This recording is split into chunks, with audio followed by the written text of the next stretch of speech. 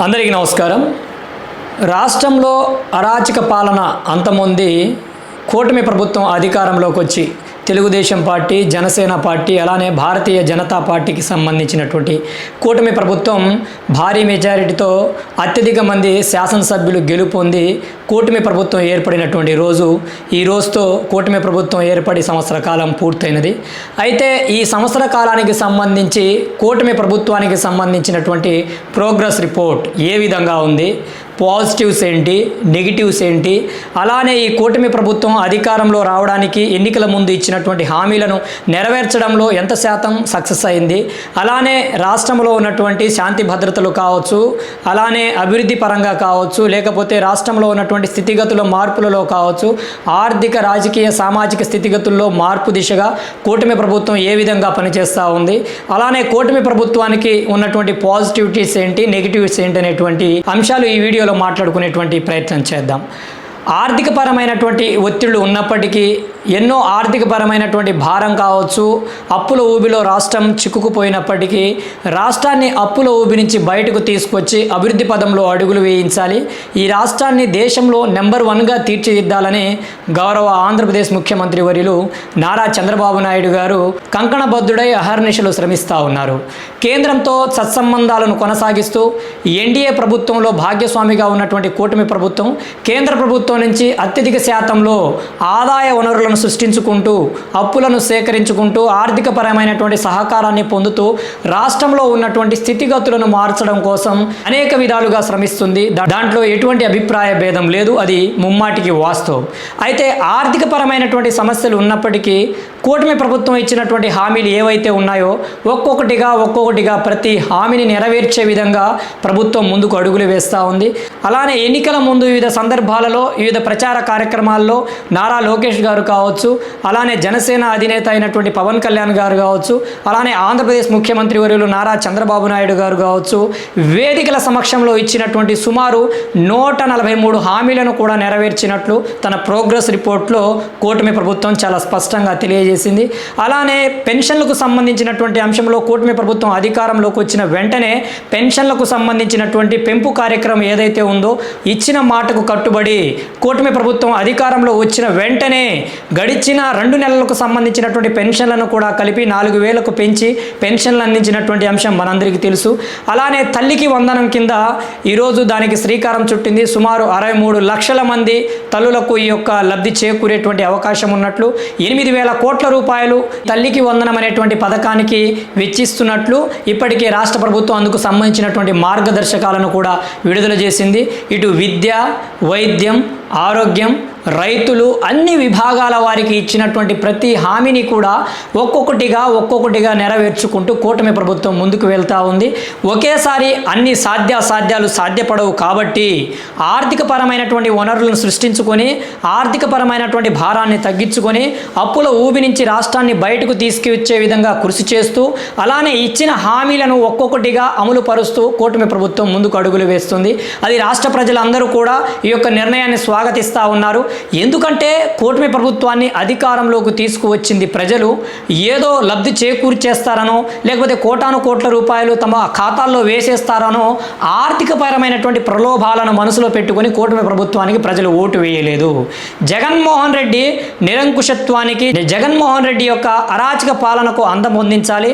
ఇలాంటి నాయకుడు రాష్ట్ర పురోగతికి, రాష్ట్ర అభివృద్ధికి సరైనటువంటి వ్యక్తి కాదు. కాబట్టి ఇలాంటి ముఖ్యమంత్రి రాష్ట్రానికి ఉంటే రాష్ట్రం అన్ని విభాగాలలో, అన్ని రంగాల్లో నష్టపోయేటువంటి అవకాశం ఉంది. కాబట్టి ప్రజలు చేసినటువంటి తప్పిదాన్ని పునరావృతం అవ్వకుండా కూటమి ప్రభుత్వంతోనే అభివృద్ధి సాధ్యపడుతుందని, ఈ రాష్ట్ర అభివృద్ధి, ఈ రాష్ట్ర పురోగతి నారా చంద్రబాబు నాయుడు గారితోనే సాధ్యపడుతుందని నమ్మి కూటమి ప్రభుత్వానికి, మరీ ముఖ్యంగా చంద్రబాబు నాయుడు గారి వైపు చూసి ప్రజలు ఓట్లు వేశారనడంలో ఎటువంటి సందేహం లేదు.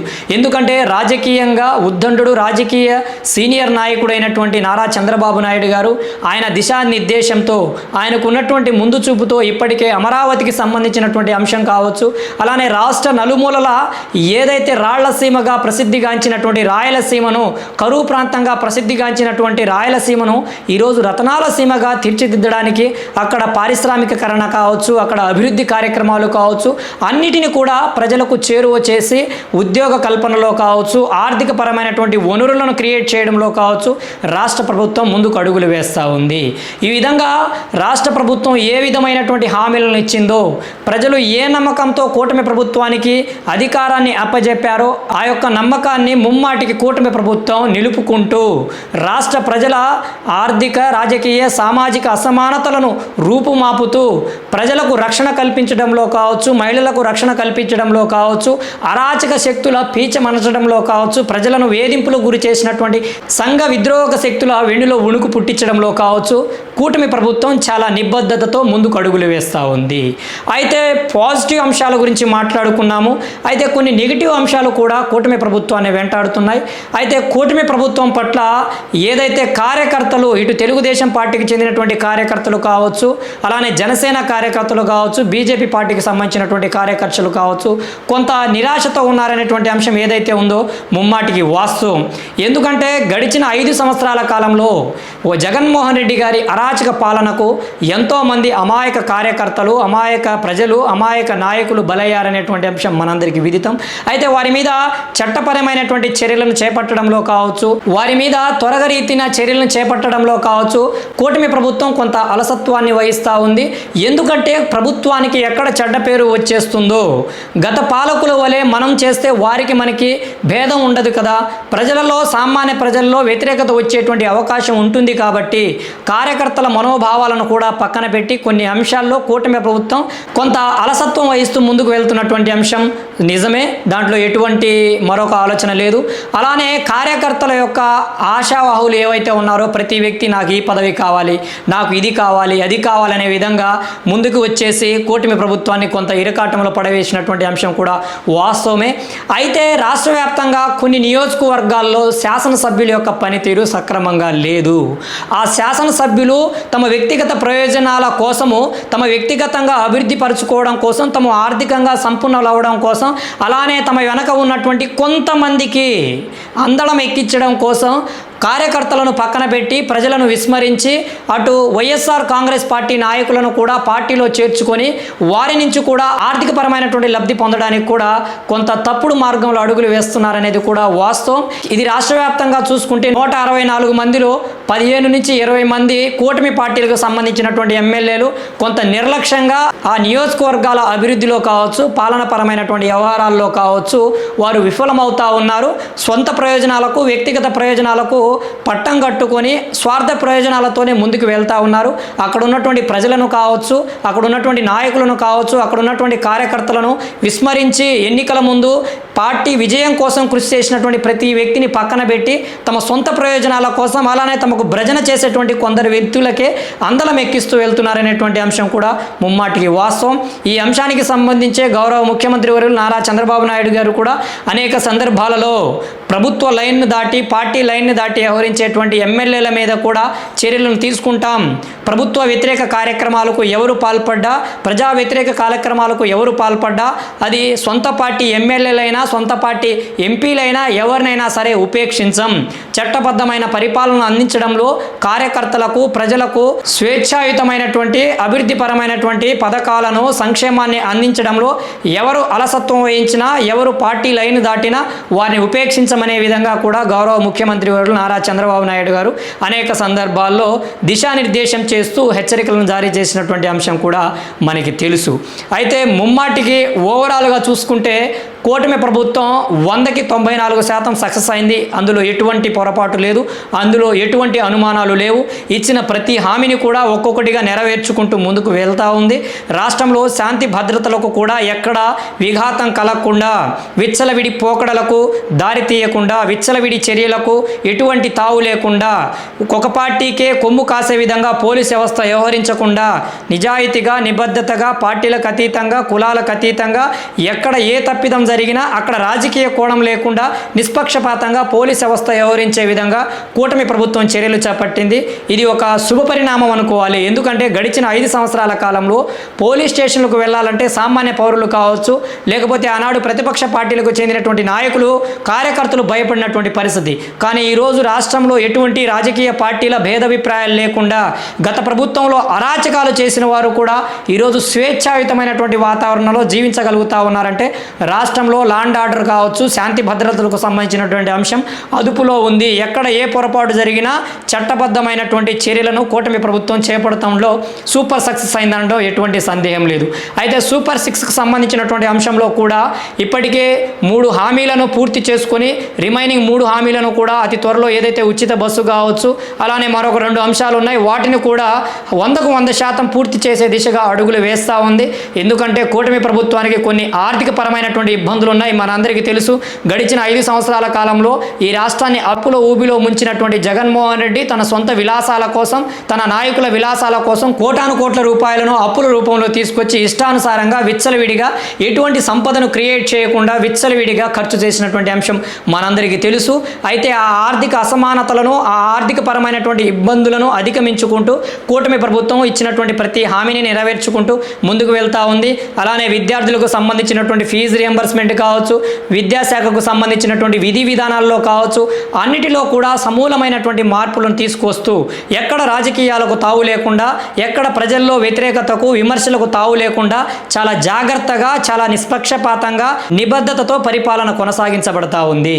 అలానే రాజధానికి సంబంధించినటువంటి అభివృద్ధి కార్యక్రమాలు కావచ్చు, అలానే రాష్ట్ర వ్యాప్తంగా ఉన్నటువంటి 175 నియోజకవర్గాలకు సంబంధించినటువంటి అభివృద్ధి కార్యక్రమాలు కావచ్చు, అలానే గడిచిన 5 సంవత్సరాల కాలంలో ఎక్కడికక్కడ రోడ్లకు గుంతలు పడిపోయి కనీసం ప్రయాణం చేయాలంటే భయభ్రాంతులకు గురయ్యేటువంటి పరిస్థితుల నుంచి ఈరోజు రాష్ట్ర వ్యాప్తంగా ఉన్నటువంటి రోడ్లకు మరమ్మతులు చేయడం కావచ్చు, రాష్ట్ర వ్యాప్తంగా ఉన్నటువంటి గ్రామాల్లో ఉన్నటువంటి నూతన రోడ్లకు అనుమతులను మంజూరు చేయడం కావచ్చు, ప్రజలకు అన్ని సౌకర్యాలను కల్పించడంలో కూటమి ప్రభుత్వం సక్సెస్ అవుతా వస్తూ ఉంది. అయితే ఇప్పుడుకున్నటువంటి పరిస్థితుల్లో కార్యకర్తల్లో కొంత వ్యతిరేకత ఉన్నప్పటికీ సాధారణ ప్రజల్లో, సాధారణ పౌరుల్లో మాత్రం కూటమి ప్రభుత్వం పట్ల సంతృప్తిగా 100కు 100% సంతృప్తిగా ముందుకు అడుగులు వేస్తూ ఉన్నారు. వారు ఆలోచించిన విధంగానే, వారు ఆశించిన విధంగానే కూటమి ప్రభుత్వం ఉంది. ప్రజలందరూ స్వేచ్ఛాయుతమైనటువంటి వాతావరణంలో స్వేచ్ఛగా మేము జీవిస్తున్నామని వారు అనేక సందర్భాల్లో బాహాటంగానే పార్టీలకు అతీతంగా ప్రకటిస్తున్నటువంటి సందర్భాలు మనం చూసాం. అలానే రాబోయేటువంటి రోజుల్లో కూడా కూటమి ప్రభుత్వం ముందు అనేక సవాళ్లు ఉన్నాయి. సూపర్ 6ని అమలుపరచడం కావచ్చు, ఇచ్చిన హామీలన్నిటిని నెరవేర్చడం కావచ్చు, అలానే అమరావతి రాజధానిని అభివృద్ధి పరచడంలో కావచ్చు, అలానే విద్య, వైద్యం, ఆరోగ్యపరమైనటువంటి పరిస్థితులను, స్థితిగతుల్లో పూర్తిగా సమూలమైనటువంటి మార్పులు తీసుకురావడంలో కావచ్చు, మరీ ముఖ్యంగా రైతాంగం ఎదుర్కొంటున్నటువంటి సమస్యలు ఏవైతే ఉన్నాయో వాటిని తీర్చిదిద్దడంలో, వాటిని సమూలంగా నిర్మూలించడంలో కూటమి ప్రభుత్వానికి పెను సవాళ్లు ఉన్నాయి. ఆ సవాళ్లను కూడా గౌరవ ముఖ్యమంత్రి వర్యులు నారా చంద్రబాబు నాయుడు గారు తన ముందు చూపుతో, దిక్సూచితో తప్పకుండా హ్యాండిల్ చేయగలుగుతారు. కేంద్ర ప్రభుత్వం నుంచి అన్ని విధాలుగా కూడా ఆర్థిక పరమైనటువంటి సహకారాన్ని అందుకుంటూ కూటమి ప్రభుత్వం కేంద్ర ప్రభుత్వంతో సఖ్యతను కొనసాగించి, సత్సంబంధాలను కొనసాగించి రాష్ట్ర పురోగతికి అన్ని విధాలుగా కూడా అభివృద్ధిని చేసుకోవడం కోసం ఈరోజు కూటమి ప్రభుత్వం చాలా బాధ్యతాయుతంగా వ్యవహరిస్తూ ఉంది. ఇప్పటికీ విశాఖ రైల్వే జోన్కు సంబంధించినటువంటి అంశం కావచ్చు, అలానే రాష్ట్ర వ్యాప్తంగా ఉన్నటువంటి అభివృద్ధి కార్యక్రమాలు, ఎయిర్పోర్ట్లకు సంబంధించి కావచ్చు, అలానే పారిశ్రామిక వాడలకు సంబంధించి కావచ్చు, అన్ని అంశాల్లో కూడా చాలా క్లుప్తంగా, సవివరంగా, ముందు చూపుతో అడుగులు వేస్తూ ఉంది.